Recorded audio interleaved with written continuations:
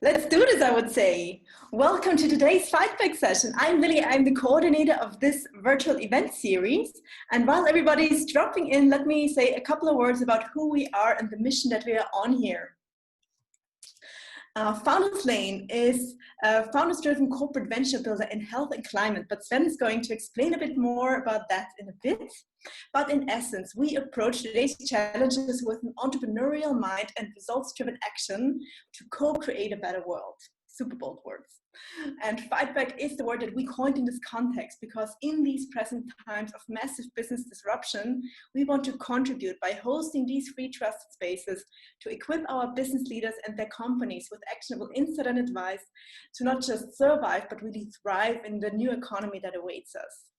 And today's conversation, we'll explore high-performing teams, how to finally get your ship together. Yes, I said ship for now, but we might loosen up the language for this session, so I hope you're fine with that. Because this is such a versatile and omni-relevant topic today, and we love to see who we are reaching here today. So please write in the chat where you're dialing in from. And you're joining conversation today with two very remarkable humans. It's one too far. It's Dr. Sven Jungmann and Bradley Franco. So Sven has worked in high-performing teams in various contexts, including airborne infantry, the division of specialized operations, the emergency room, and now in interdisciplinary entrepreneurial teams. He's leading the health circle at Founders Lane. Welcome, Sven. Thank you. And Bradley is an unusual coach in the sense that he brings together elements of psychology, movement, and breathing to mindfulness and empathy practices. He works with individual teams at organizational levels to create an enabling environment in which high-performing teams can thrive and discover more purpose and intent in their work and life. Welcome, Brad. Thank you. California. So I'll be in the chat monitoring the questions you have for our speakers. So make sure the chat is visible by clicking the chat icon in the lower frame of the Zoom app. Just write your question there and we'll make sure to get them answered. So gentlemen, let's get started. Oh, I didn't go this. So this is beautiful Brad and nature. I hand over to you guys. It's really lovely. Maybe you want to say a word about that too. Yes. About the... Huh? No, go for it. This is it. Sven, the stage is yours. All right. So thank you very much, Lily, and thank you very much, Brad, for being here. Thank you to everybody who's in here. I think a few more people will drop in soon. First of all, just a couple of words about Founders Lane for those of you who don't know us. What we basically do is we go to big corporates and we help them make use of their assets by bringing them together with entrepreneurs who can then spin off new companies that aim to tackle the big challenges that we have in our societies, especially around climate and health, where things are extremely complex and regulated, and it's very difficult for normal entrepreneurs to get in. So a lot of the questions we have regularly is very much about high-performing teams because we're bringing two extremely different worlds together. The logic of success in an established, mature company is extremely different from that of an early-stage company, which still doesn't really know what its business model is, what the real problem is they're trying to solve. And bridging these worlds requires a lot of the things that we're going to talk about right now with Brad. I'll leave a bit of the tension of Brad's background for the moment. But maybe to start with the very first question, Brad, we're talking about something that's often coined as high-performing teams. Could you, on your view, share some of your opinions of how they're different from normal teams? Oh, okay. So high-performing teams, I think it definitely depends on so much about how we're collaborating with each other. I mean, I know Sven, we'll get deeper into this as we go along, but we very much talked so much about trust and understanding and communication. And I think a high-performing team is very much able to do this huge word called trust, more so than just a normal team. I'd say that to start for now. I think we have so much more to talk about though. Mm-hmm. Yeah. Can you define trust? Can you say something around how that's being built in your experience of working with people in companies individually?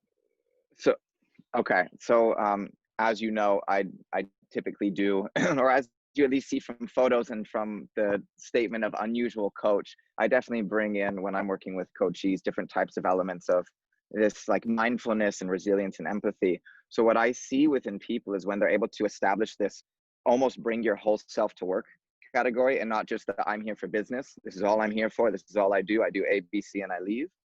When you're able to get more into the actual depth of a person and see what they're doing, you're able to understand their communication, their habit patterns, and the way that they work in your team. And when you can understand how they work in your team, you can understand how to better collaborate together.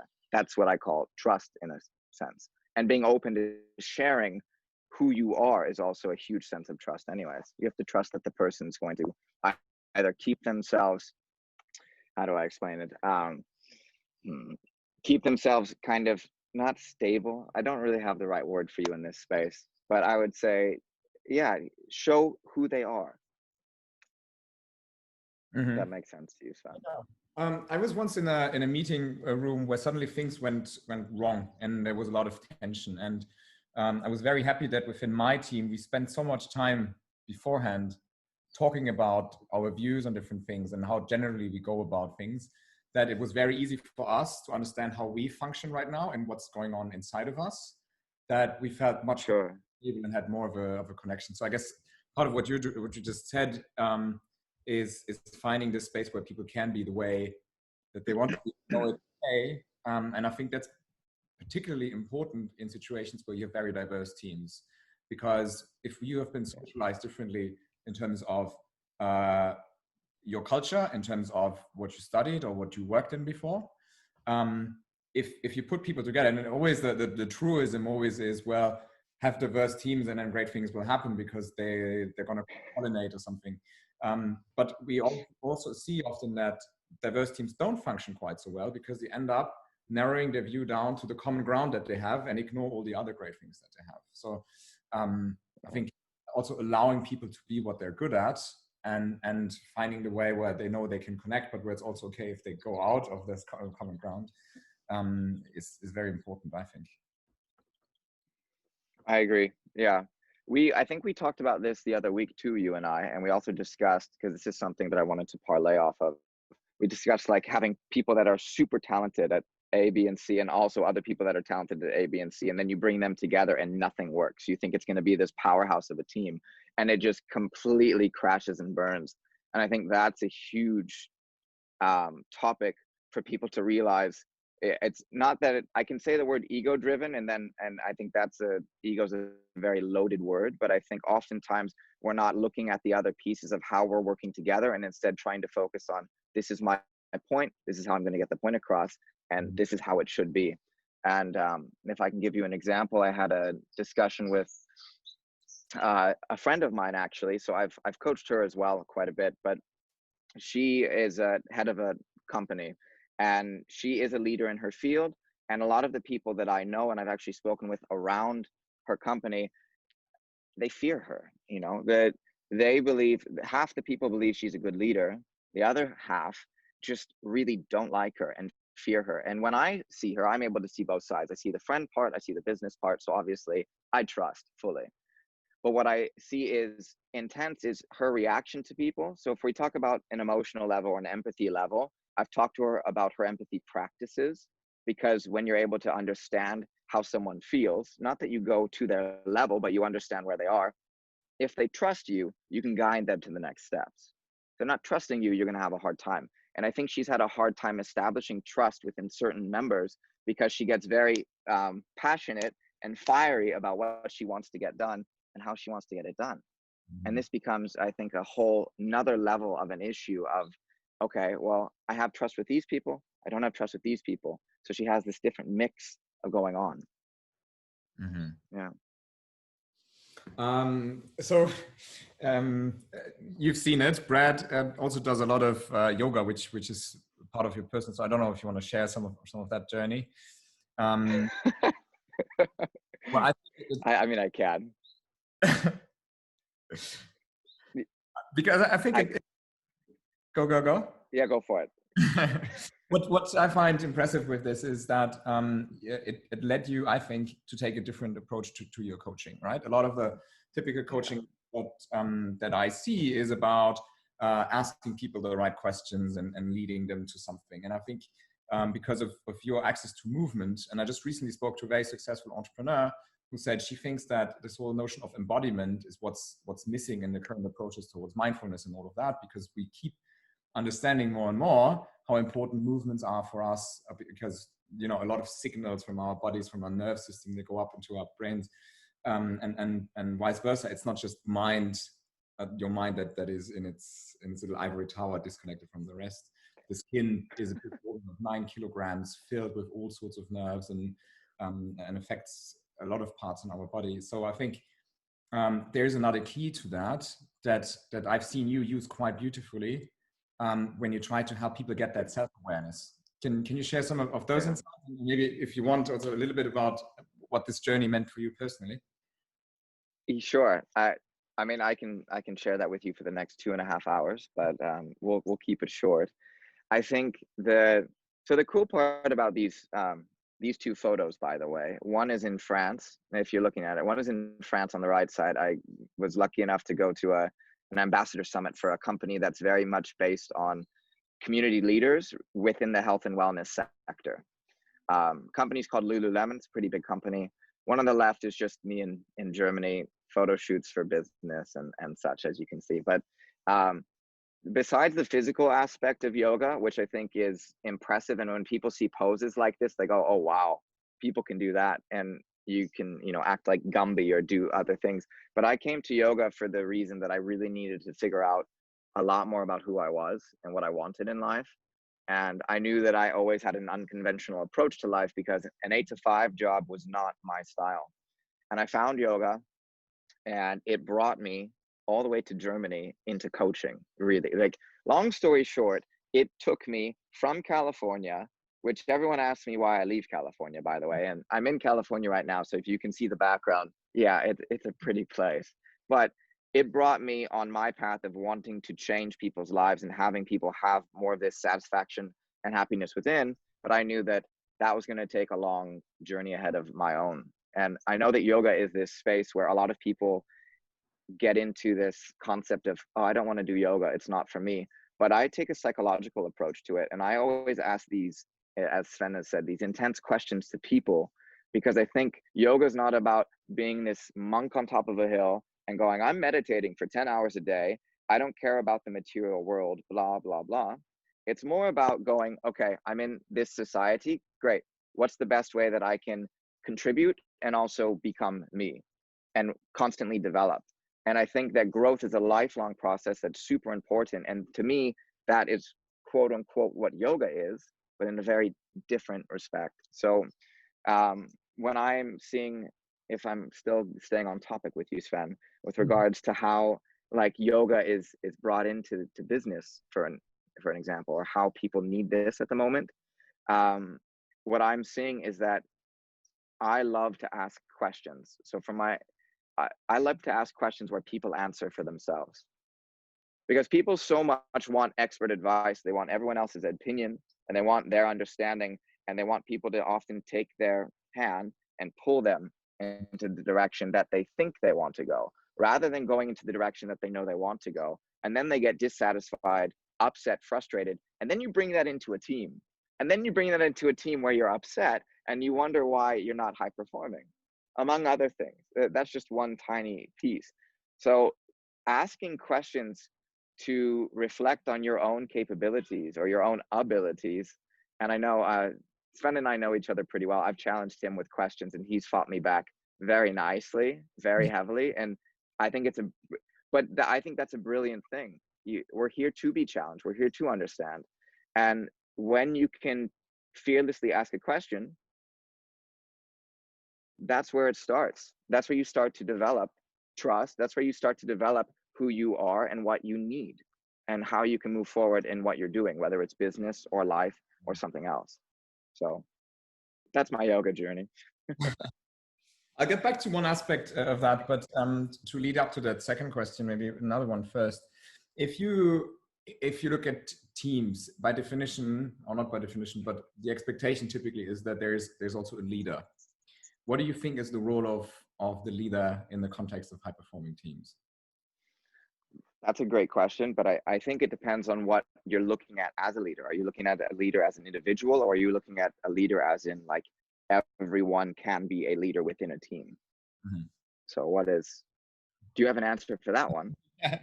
Yes, I mean, I do think if you're the formal leader, you have specific responsibilities in that sense. But I think what you're alluding to is, and I think we share the same opinion, is that there shouldn't be a finger pointing type of approach where you say, oh, but the leader fucked it up and now it's going wrong. And instead, I think what's really important is that you go in the direction of thinking, what is the leadership I can bring in right now? What is the constructive action that is within my capabilities to contribute to that team? So to sharpen my question, and then I think I'll lead to the follow-up question very soon, is what's the ingredient for that? What do you need to have this, even if it's an informal leadership role? I feel like this will sound a bit cliche, and maybe I would say we're talking about self-awareness in terms of leadership. And I think I remember there was a TED talk that I listened to, which was saying that self-awareness is the new meta skill of the 21st century. But I think self-awareness is also another overloaded term, because people talk. So first off, people talk about yoga and they have an opinion on meditation and movement and everything in between. And then people talk about self-aware and say they're the most aware person in the world. They know everything that they're doing and how they're doing it. But there's another piece to self-awareness, which is action. And I think people do not take necessarily action once they have this self-awareness. So we need, if you're going to be a leader, there's one thing to have self-awareness, and then it's to also have the resilience and the perseverance to be able to go through the areas that you have to individually adapt in yourself to make the team better or to make yourself better, whatever that is. So I think that's a really, really important topic. And it's hard to explain these skills. And I think a lot of people get off put by these skills because they're used to the analytical. I write down, I do my work, I'm done. That's it. No, I don't have to work on my brain. I just have to work on my work. That's it. Right. And then when they realize that emotions are actually something that exists and something that are really important for managing and constructing and moving with a team, that's huge. So yeah, that's what I would say. The thing that you really drew my awareness to is Brad is coaching a lot of people who are highly educated and highly reflected on a cognitive level. And that's the only channel that they can fire on often. And then they're surprised why suddenly they don't progress in their career, or why, I don't know, some things aren't really functional, not really happening. And it seems to be that they have this atrophy for all these other important things that are going on in parallel. It's not, everything is not just the cognition, if you will. And you alluded to emotion. And I think another thing that I found inspiring was that Brad shared when he's giving yoga classes as well, that he can quite quickly see where people have some of these blind spots or issues within themselves, where you have some people who are extremely uncomfortable doing a pose or extremely preoccupied if others are performing better, or if they might be judging them and so on, when at the same time they're actually doing quite well. And on the other extreme, you might have people who are complete shit and do them highly wrong, but think they're the best, right? And there's no need for self-reflection. They don't care about what others think, because obviously it's going to be a very great opinion, and so on. And I think that's an interesting key also to point people to other issues, right? Or to let them see something that they have been ignoring for maybe 10 to 15 years. And I think that's also part of what you meant, I suppose, when you said it's about ongoing learning. So it's not always about reading this next management book or learning, I don't know, agile methodologies or something. These things have their place. But if you end up doing more of the same, your marginal utility of yet another course, yet another book, and so on, will probably decrease quite drastically when you have much more growth opportunities to become high performing, when you start to look at the things that probably aren't intuitively connected on your view, or probably the spots that you have been very busy ignoring for one reason or another. How do you draw people's awareness to these things? Well, the short answer, questions. Yeah. The long answer is, I think there's a lot of first off, you have to develop a lot of trust, which we talk about all the time. I think people know this. It's not anything unique, but developing a dialogue where I can speak to people and get them to understand that I'm here to be part of their team and to open them up when I'm doing a coaching session is super important. And after that, then we can discuss the deeper spaces. And I think that's really interesting because you have to meet people. I think also in business too, you have to meet people where they're at. Sometimes people shove so much information down someone's throat, proverbially, and they're not ready for it, and they're not able to even handle it or go through it. And I'm not saying don't challenge and really push people, but oftentimes you have to meet people where they're at in that space. Some people are so not self-aware of an area, and the second you give them information to be self-aware, it's like a trigger for a defense mechanism, and they fight you. And there's no openness to, okay, let me see where this is. And I think over time, when people start to learn that it's for their benefit, which is hard to necessarily get to for some people, but when you can get them there, then they can realize and start to open up this pathway and learn new pathways. So for example, I know that you know this, but I was coaching at Cambridge Business School, student or graduate, and the first talks that we had, because he's so analytical, he is completely focused on business and moving forwards. The second we spoke about certain issues, you could see patterns in, and I mean, this is something that I've learned over the years, but you could see patterns in his language that show that there's different frustrations or different problems that are going on that he has no idea about. And when you start to bring those to light, first off, there's typically a brush up against, and after time, you begin to see that there's actually something going on within his brain that's going, oh, this could actually help me. And what we saw over the course of the weeks that we worked together was that he was starting to understand how important it was in the teams that he was working with for the company that they were helping as part of their project, how helpful it was for him to understand other people's needs and for him also to know when to take the lead. And I found that that was really beneficial for him, because typically he would just go and work and work and work and work and work and not learn how to collaborate so well. And he was in the more self-awareness part of, I'm great and I'm going to get everything done, and they'll just do their own thing. But he really learned how to collaborate and work with people to get a better product. That was impressive to me. So if that answers your question, I think that's really helpful for people. There's one emotion that I think is particularly stigmatized, and people really don't like to talk about, and I think it's fear. Quite often. Did you hear me? Mm-hmm. Yeah. No, I didn't hear you. That was super loud. Yeah, sorry, that was something came up. Oh, good. Oh, good.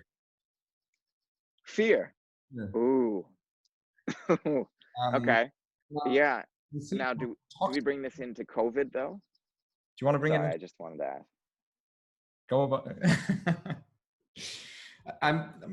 My impression is that fear can be extremely toxic, because people suddenly adopt behaviors that before they didn't display, and often there might be a tendency of controlling things overly, or of retreating, of not trying to win but trying not to lose. There are a lot of problems coming out of it. And I remember in my airborne infantry training, when I was in an airplane for the first time, and I saw all these seasoned paratroopers sitting there having a nap, and then the back door of the airplane would just open and they were about to jump out, and I thought, do I have to be here? And I literally asked them, I said, guys, can I ask you? And they sort of slightly asleep, and then I said, aren't you guys afraid? And when you're jumping out of an airplane, that's going to land perfectly fine in a couple of moments. I mean, what is this, right? And they said, well, of course we're afraid. And they're like all calm, all rested. And they said, there's no such thing as a good paratrooper. They're only old paratroopers. And the moment you start to lose your fear is when you're into deep trouble. Because fear is your strongest advisor to everything. It keeps you alert. It keeps you thinking about the problems that are really there. But you should own the fear and not the fear you, and just make it an advisor and listen to it carefully. Let it be, accept it, but keep going anyways. And with that, they seemed so calm, but they said, no, I'm not calm at all on the inside. They just made peace with that, right? Do you have any other views on how to deal with fear, or any Any thoughts on this? And it can be And COVID. that's really, yeah, well, I'm sure we'll bring COVID in another moment, but that's a really profound statement and story, actually, Sven. And I think within the respect of fear, there's so much to it. I'm not here to push my opinions down people's, throats, but I am here to share my beliefs with people. And I think some people thrive off of what they believe is fear. Some people also force fear in others, and they believe that that is the way to build. And this is something I don't necessarily agree with. I think that it's learning how to use fear as a strength, like you were saying. I believe you on that. I think that that story is powerful, and I agree with this fully. And within the sense of fear, it's about also sometimes defining what the fear is. Because when you can define what the fear is, it becomes less powerful. Sometimes we just go, oh, it's fear, it's big, and it's right here in front of me. Instead of going into it and going, well, what is it exactly? And what does that stand for? And what do I do to move forward? And those questions are very specific, by the way. They're what questions. They're not how questions. What is this? And what do I do to move forward? Rather than how can I move forward? And I think that we talk about, so I believe what I've read was there's two things on, one is love, one is fear. You get to choose which one you choose to go after. And a lot of people want the love one. And I think love is a very big aspect. And it's a very challenging talk to speak about love in a business context. But in terms of fear, we get stress, right? We turn right into stress mode. And the stress mode can either be de-stress or the other stress, which is a good stress for you, which allows you to thrive. And I think if we're going into fear, it's about finding a way to develop the fear into a space of thriving, into a space of good stress, and that something's good for you or unique or out of your comfort zone. And learning how to stay with you. So if I go into the context of coaching, or if I go into the context of mindfulness, it's sometimes sitting with the actual feeling, the thought, and going into it and really exploring what that is, taking a moment to pause before you act, right? So not this reacting rather than responding concept. That's where I think fear can be helpful, as long as you're getting into the responsive characteristics of fear and not the reaction characteristics of fear. Yeah, nice.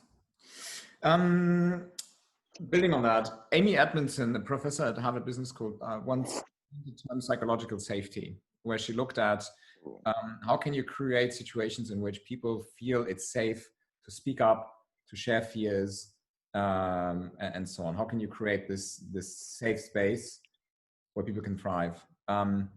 And I'm often seeing, I think, well-intended managerial decisions that end up here and there destroying the foundations of the psychological safety. And sometimes it's very simple things, like you have a big group meeting and suddenly it emerges that there has been a pre-meeting towards that meeting. And then somebody asks, are there any other questions, or what do you think about it? And it feels like a communist vote, because you know that there's only one right answer to go for. And then suddenly dissent, which can be very constructive, disappears, because people are afraid to speak up, because they know, okay, the decision has already been made somewhere. I don't know the full context, and I don't want to make any enemies here because I can't judge what's going on. So you create an in-group within a group. And another thing that I often see is sort of this blaming, and then something goes wrong. For entrepreneurs, we live by the lemonade principle, right? Somebody brings you lemons, you make lemonade, you don't complain about it, and you actively seek surprises. Whether they're bad or good doesn't really matter that much. Of course, you want to be prepared to situations. You're not just going to run around in the dark without any shoes and then be surprised if you step on something. But you're not afraid, again, of finding any surprises, because these might lead you to the big solution that will make you successful, that will add value to society and so on, because we can't anticipate it. But then if people want to overplan things and then afterwards say, why you didn't anticipate that, what happened over here, then people go into a really, really sort of strong defensive mode. And I often find myself having the feeling that we work really hard to establish a beautiful high-performing team, but then, I don't know, suddenly some management comes in, or there's another team that comes in, and with these small things, and again, often really well intended, they start to even create a toxic atmosphere within the team that was previously so well and high performing. I don't know if you've experienced these moments, or if you have any reflections on how to handle this. I have, so I was thinking of two things, and I definitely want to ask you more questions on that actually, because I think you have such interesting and relevant experience in that space. But I think my question was, what do you think is the difference between the entrepreneurial background space and just a company that you're going into and you're running into a high performing team? Mm-hmm. Because that, to me, what you were saying sounds so different, because you have a space of entrepreneurs where it's like, okay, we look for all of the this and that, and we try to fix it and we go through it and we're expecting it. And then I feel like when you go into a different corporate environment, it's like sometimes people want to brush around the edge of the problem and not go into it, especially depending on if you're a startup, which is really important, right? If you're a startup, you have to go through all of that versus a well-developed company that's been around for 5, 10, 15 years. I think the big difference, and this has been studied, is if you want to be a successful business leader in an established, mature company, then you have an advantage over the startups. You have a lot of empiric data. Let's say, I don't know, let's say you're the senior executive at BMW, and you see that Mercedes has launched their S-Class, which is a competitor to your 8, with suddenly a coupe version with 3 doors. They have given it, I don't know how many horsepower and so on, and some additional extra features. And they could see how suddenly this car performs in the market. And then they have a data point. And then they have another data point based on their own historical data. Or they can look at other trends that are happening. And then they take this together and they say, well, how about our next Series 8 is also going to have 3 doors. It's going to have similar amount of PS. And it's going to maybe have these and these perks on top. So you have a chance at predicting something. You can control your fear or uncertainty through predictions or analogies. By definition, if you're an entrepreneur, if you're doing it right, there should be not much of an analogy or any historical data that you could base on, because you're going into something where ideally nobody has gone before. Even if you copy something from another country and you bring it to a new company, there's a lot of new country, there's a lot of uncertainty. And so that's the typical corporate thinking has often been coined as causal reasoning, because you have a cause and an effect, versus the entrepreneurial thinking, which is often coined effectuation or effectual reasoning. And here you have different principles. So instead of wanting to reduce uncertainty or contain uncertainty through prediction, you try to control it. That's called the pilot in the plane principle. So you are going to be in this plane, you're going to fly. You're not going to predict how long it's going to take you to go to California. Your main concern is, am I going to be able to lift off and land? So you're fine with just testing the first hypotheses because you don't want to crash. Then the lemonade principle, where you actively embrace surprise and uncertainty as part of your innovation process.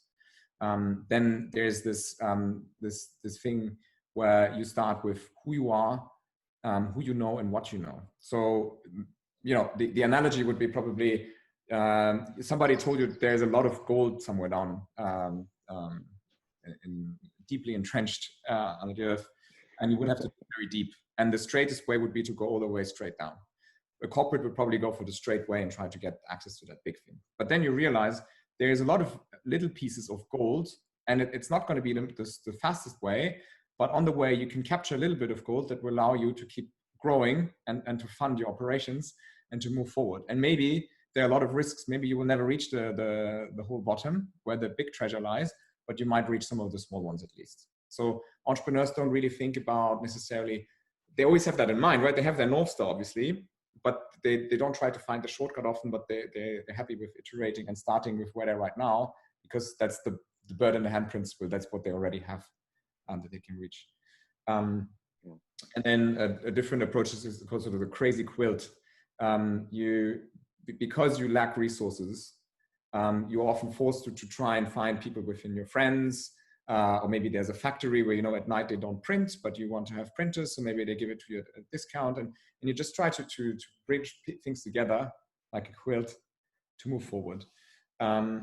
So I think the image that entrepreneurs would probably subscribe to is, it's more like you are at a shore it's foggy, and you're really curious to find out if there's any other island somewhere which might be nice. But all you have is this little boat. So you might sink, you might drown, you might never get anywhere, but you're still curious. And then you have to be really smart about going somewhere. The corporate is more, we already have the map, we know where America lies, it's all figured out.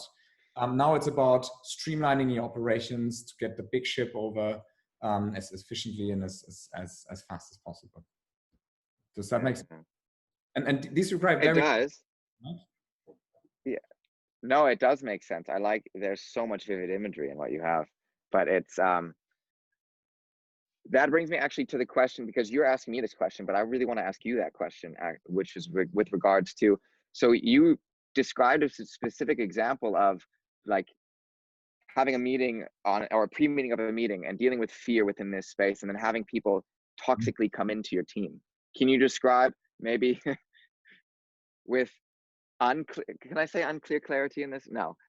Say it with as little maybe personal details as possible, but can you describe an example of this and how you handled it or what you went through to go through that? Yeah. It sounded very personal. Sounds like we're going into— You may be going no, let's get right into it, Sven. Come on, be open. This is fine, but we're not going too much into details. I mean, this is I kept having this, right, where suddenly there's a clash. You're in the third month of a company.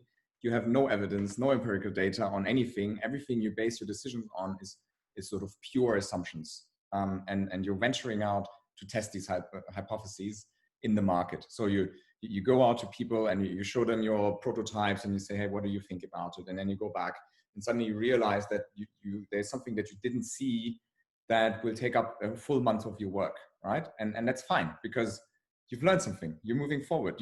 There's one more uncertainty that you reduced, and that's, on my view, that's the core skill of entrepreneurs. Is not to be risk takers, but it's at being extremely good at bite-sizing risk, so that you can go through something and create something valuable. But then a challenge that we often have, I think, with corporate venture building is then you have people who for 20, 30 years have been really successful in this other mindset. And then they come in and they say, well, I need a Gantt chart. I need you to tell me which of your team, who is going to spend how many days per month on topic A versus topic B, topic C, what will be the deliverables, and why do you want this deliverable? And then the question, or the answer I have often to give is, I don't know what deliverable it is. We're exploring. How can I tell you if I don't know what there is? It's going to be a lie. And then I saw this tendency in parts also exacerbating during COVID, because people were more afraid. And then they wanted more certainty and they wanted more predictions, but it was even more difficult to predict because you don't know what's going to happen after COVID or during COVID.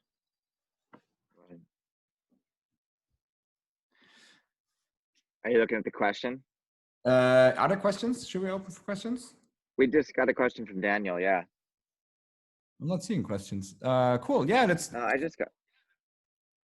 can look at it. Where does it go? Yeah. So it says, we're now going through uncertain times and should probably embrace the new normal rather than hoping things will go back to where they were.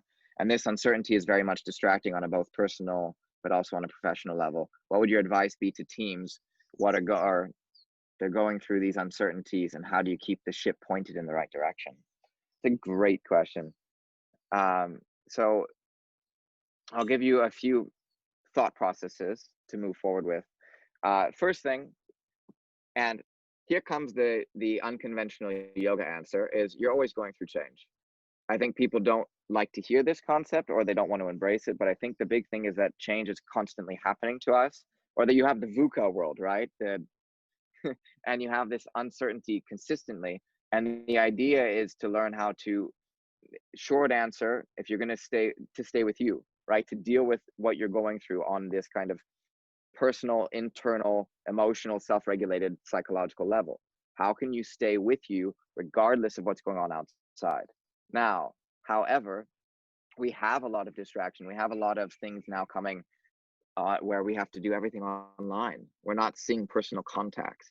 And I think for a lot of people, the really big issue with teams, when you come from a physical interactive daily level, and I hope that it's not frozen, but okay, when you come from an interactive daily level of seeing people, of speaking to them, of interacting, to no contact, no physical contact, and isolation, basically, this becomes very challenging on a mental level for people to keep peace and to stay focused.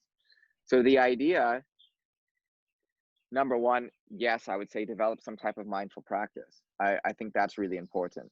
Is that easy? Is that what people want to hear? Probably not. They want to hear a quick solution to, okay, write this out and you're done. But I think the more that you can search out and branch out and speak to people about actually sometimes the way that you're, if you can have a personal conversation with someone about the way that you're feeling within a certain situation and come up with specific guidelines on how you can find a solution to the area. So, okay, I'm alone here. Let's say it's a friend, not an actual business person. Okay, I'm alone here. I'm doing this. I'm uncertain. I'm clear here. Finding actual details to take steps forward to find where you can be more in tune with this new you, with this new space is really important. And that is not so in the sense of business, but people on teams, as I've worked with HRS group, they went from being in meetings every single day to having to go on to Zoom calls every single day. And then their whole day is filled with Zoom calls and they're on screen time and you're dealing with blue light, among other things. And you have no time to actually just sit there and focus on yourself and deal with the change. So setting boundaries is number one, to make sure that you're having time for yourself to go through and to see how this is affecting you. And also communicating that with your teams as you begin to craft where you're going forward. So Daniel, I assume from your question that you are a team lead in some respect. Is that true? Feel free to write it down. Because it sounds like you're asking to keep the ship pointed in the right direction, yeah? If you're there.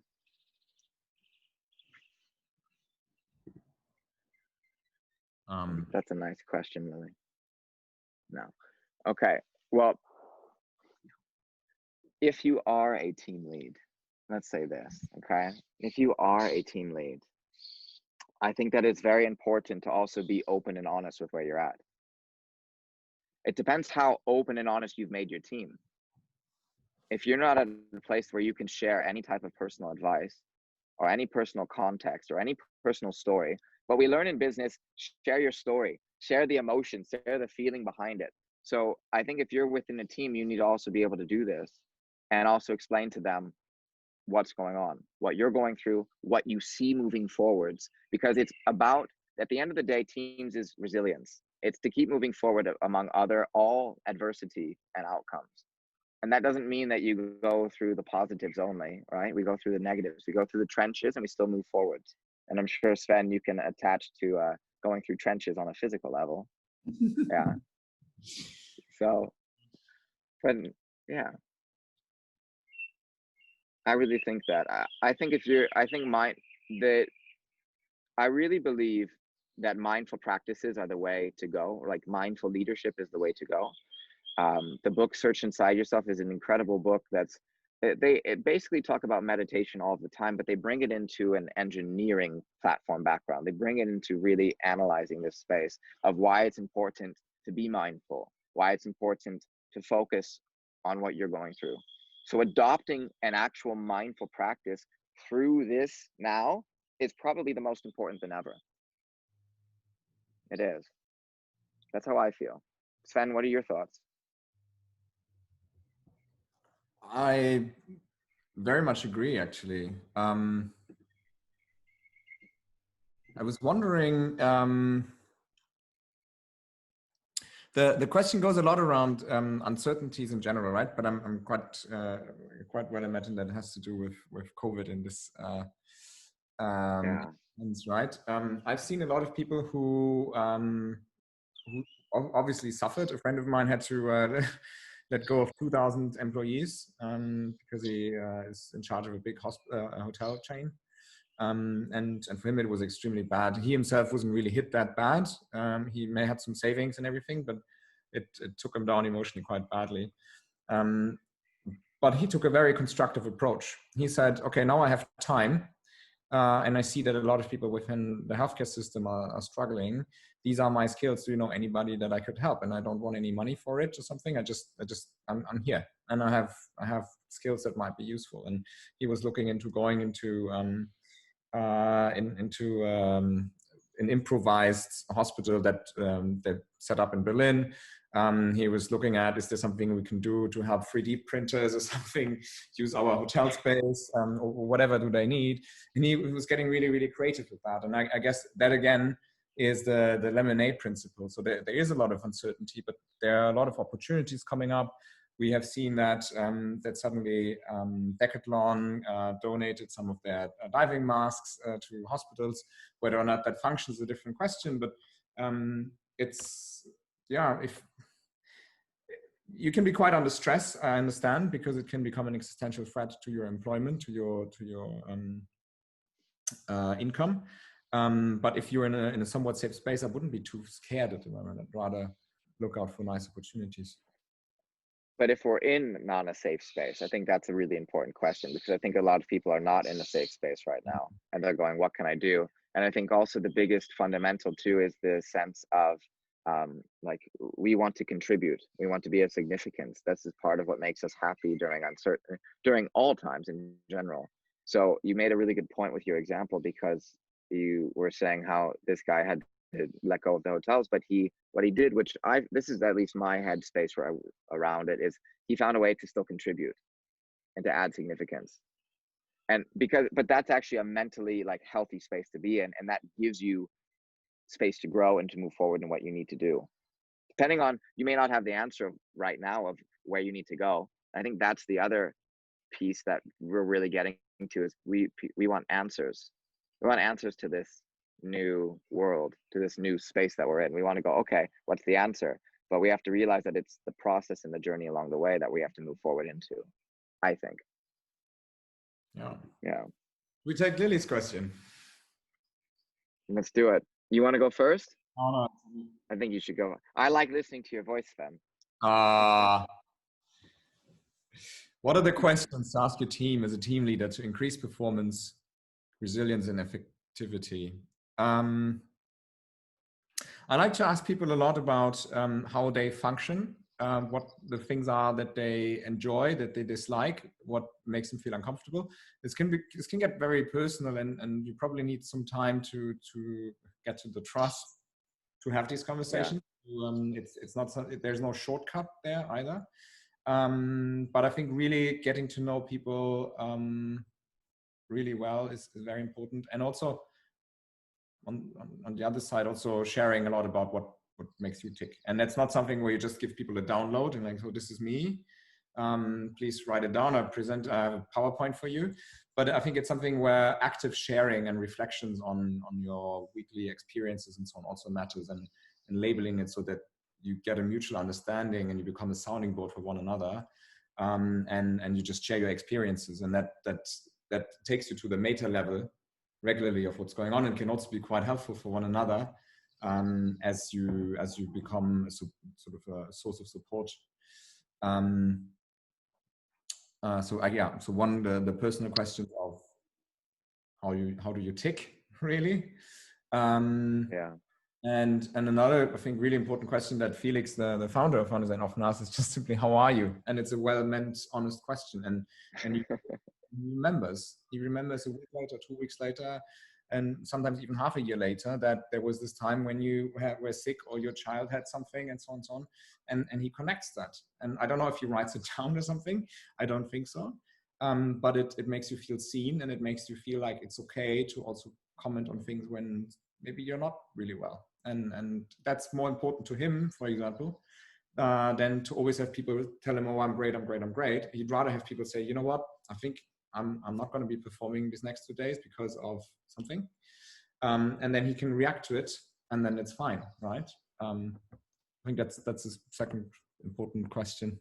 I like the question because it's I don't know, it's a very concrete, action-oriented question. Yeah, it is. Um, and that's so. I don't necessarily have a specific question for this. The only things that I was going to say were actually about the space of what you like, right? Like where do you find joy? What makes you tick? Which you already said, Sven, which are great. But the other piece that I find really interesting to increase performance, resilience, and effectivity is sometimes just sitting in. You said active listening, Sven, and this reminds me of something that I've taken some teams through where I've made people individually speak to each other. They have to speak for 2 minutes, just a nice technique. You speak to each other for 2 minutes, and the other person can't say a word. And you just have to listen to everything that's being said. And then it goes the same way on the other way around. And I think sometimes when people feel like they're being listened to, you're there. Okay, good. I think it's cutting out. But what I've seen is when people see that they're listened to and see that they're heard, they want to be more in that space and they will get more work done.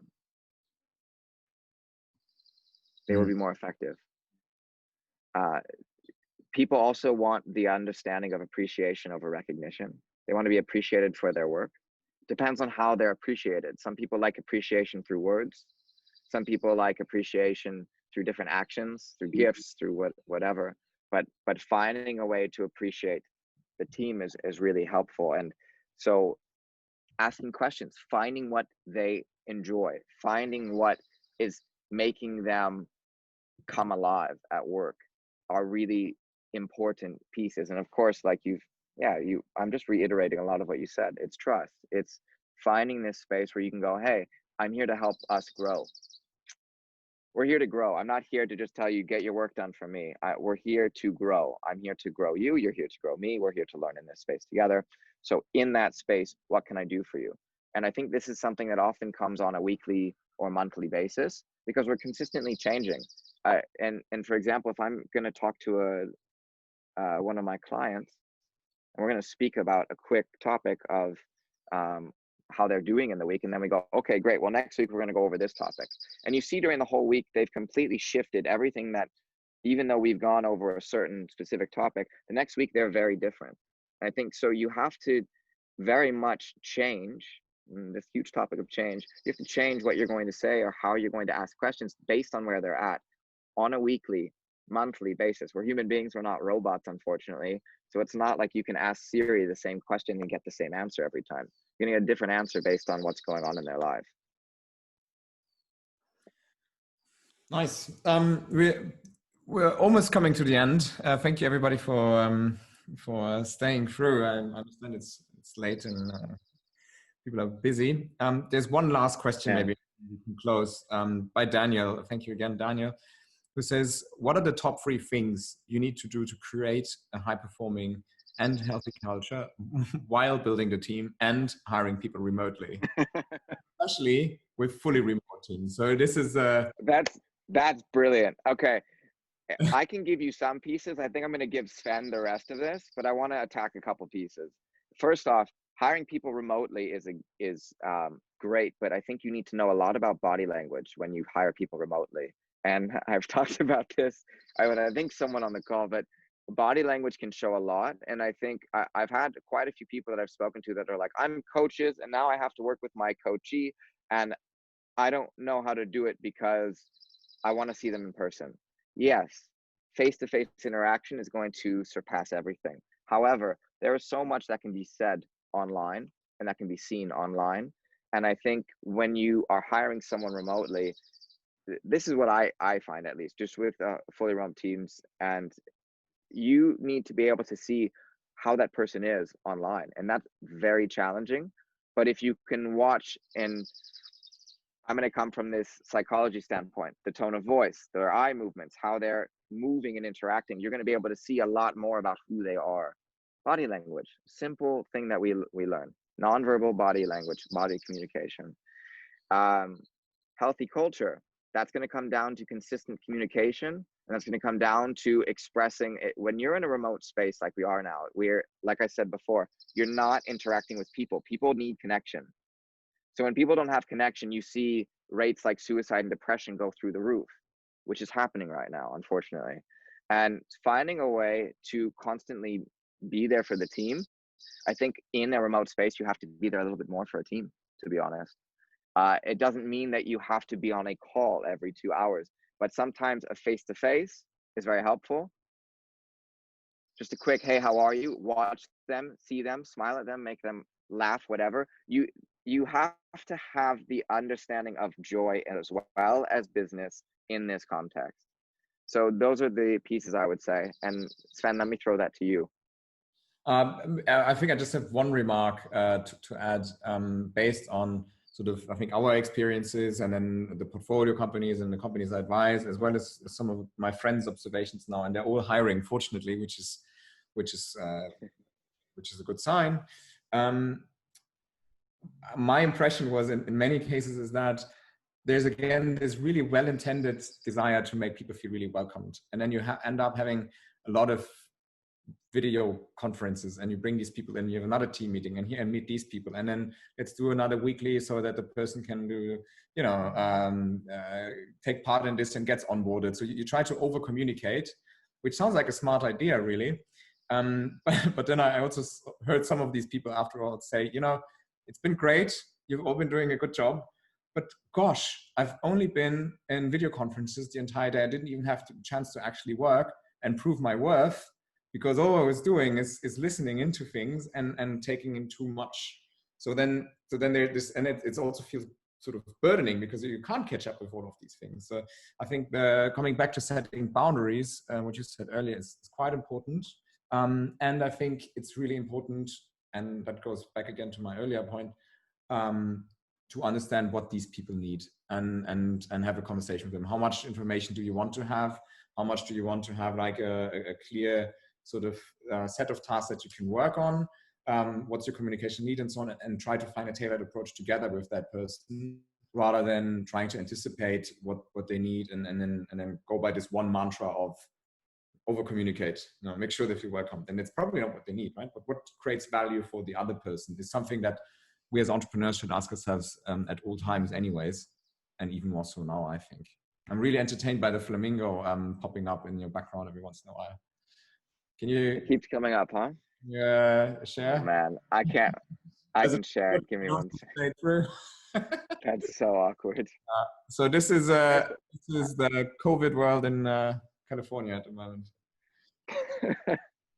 Yeah, basically. Right. More or less. Thank you so much for your time. I know it's quite Thank you back. much appreciated. Yeah.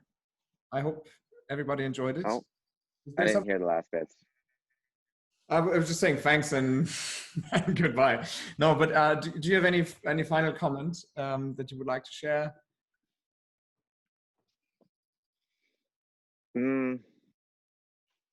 Not really, actually. I think I really enjoyed this. I would love to hear maybe what your takeaway is from this, maybe what your learnings have been, if you have any. Are you there? Or is it frozen again? I can hear you. I can. Can you hear me? Okay. Yeah, I think what's beyond this webinar, but the one thing that I particularly enjoyed as I got to know you and as we started to also work together, is your very clear focus on the often overlooked emotional perspective. And we get extremely busy and we start to ignore that because it seems to be a distraction of some kind, or it seems to not add value to the very cognitive discussion at hand. Yeah, thank you for holding up the flag for that really important part of our self and of our interactions.